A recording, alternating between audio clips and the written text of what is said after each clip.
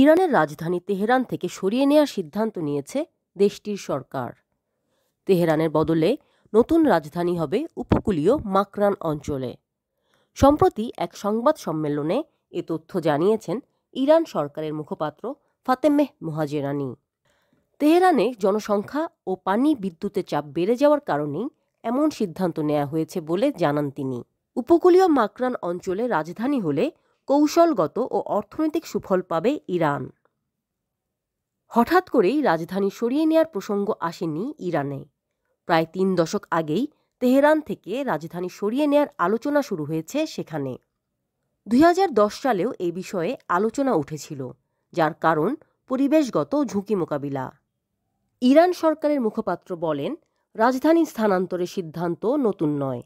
Tehran প্রদেশে জনসংখ্যার ঘনত্ব যেমন বেড়েছে, তেমনি প্রদেশটি প্রায় বসবাসের অযোগ্য হয়ে উঠেছে। সেখানে পানিরও তীব্র সংকট রয়েছে। এ সিদ্ধান্তের পক্ষে প্রেসিডেন্ট মাসুদ পেজেশকিয়ান বলেন, ভূমিকম্পের ক্ষেত্রেও ঝুঁকিপূর্ণ তেহরান, আয় ব্যয়েও ভারসাম্য নেই তেহরানে। মাকরান একটি বিশাল ঐতিহাসিক ও ভৌগোলিক অঞ্চল। ইরানে মাকরানের উপকূল ওমান উপসাগরের সঙ্গে সংযুক্ত, আর পাকিস্তানি অংশটি আরব সাগরের তীরে বিস্তৃত। এটি মূলত সিস্তান ও বেলুচিস্তান প্রদেশের অন্তর্ভুক্ত, যেখানে ছোট ছোট বেশ কয়েকটি বন্দর রয়েছে। বর্তমান অর্থনৈতিক সংকটের মধ্যে ইরানের জন্য এমন একটি অনুন্নত অঞ্চলে রাজধানী স্থানান্তর করা অনেকের কাছে অবাস্তব মনে হচ্ছে।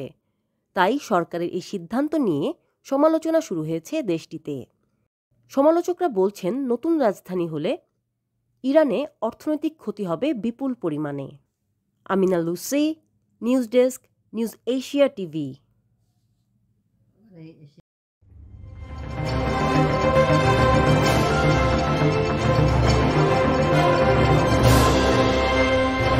নিউজ এশিয়া টিভি, সত্যের সন্ধানে দেশ হতে দেশান্তরে।